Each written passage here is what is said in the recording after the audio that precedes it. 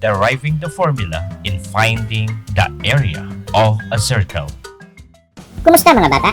Pati na mga pusong bata. Welcome back sa tambayan ni Sir B. Sa mga bago pa lang sumusubaybay sa channel na ito, huwag ninyo kalimutang like, share at mag-subscribe sa ating tambayan. I-click nyo rin ang notification bell para lagi kayong updated sa ating mga videos. Before we start deriving the formula in finding the area of a circle, let us first define what is a circle. According to the great Greek mathematician Euclid, who is sometimes called Euclid of Alexandria and also known as the father of geometry, a circle is a plane figure bounded by one curved line, and such that all straight lines drawn from a certain point within it to the bounding line are equal.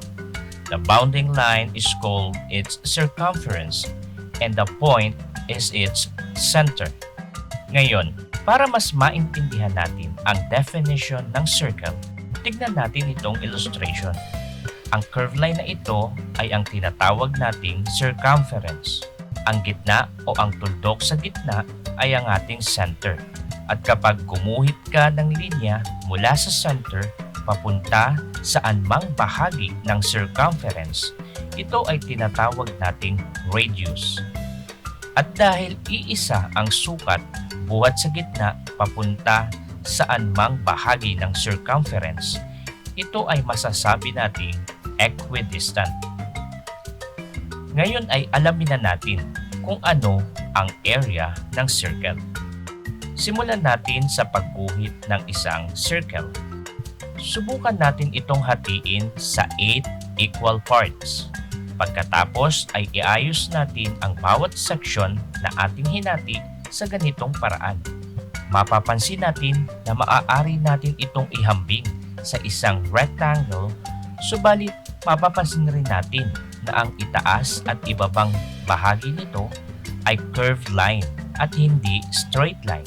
Gayun din ang dalawang gilid nito na nakaslant ay hindi gaya ng isang rectangle. Kaya subukan pa nating dagdagan ang hati o sections ng ating circle. Gaya nito, makikita natin na habang dumarami ang hati o sections ng circle, ay mas lalo itong naghuhugis rectangle at nawawala ang curved line sa itaas at sa ibaba.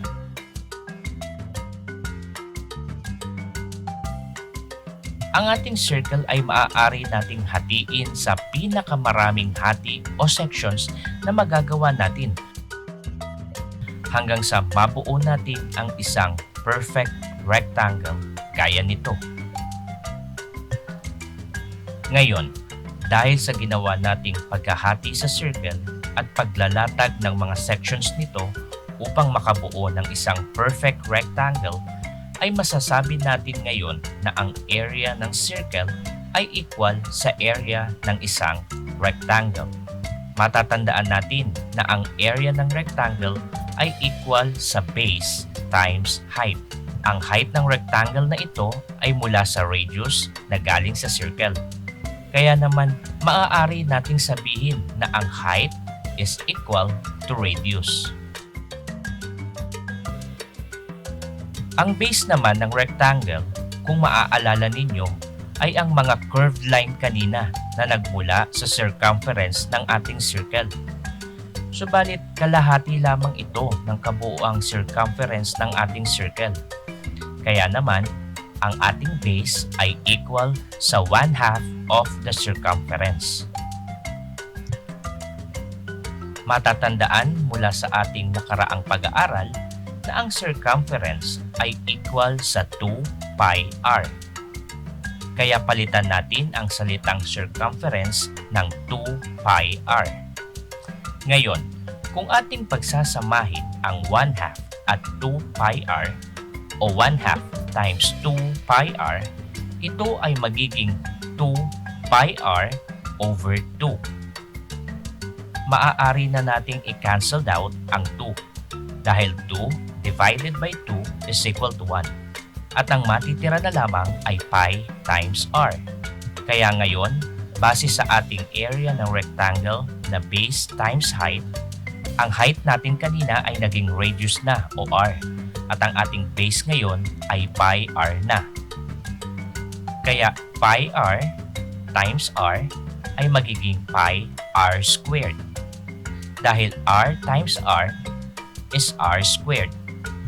Ito ngayon ay equal na sa area ng rectangle na equal din sa area ng circle. Ayan na. Ito na ngayon ang ating formula sa pagkuha ng area of a circle. Sana ay inyong natutuhan ang derivation ng formula in finding the area of a circle. Maraming salamat sa panonood. Kita-kits sa susunod nating mga video mga katambay. Hanggang sa muli, paalam!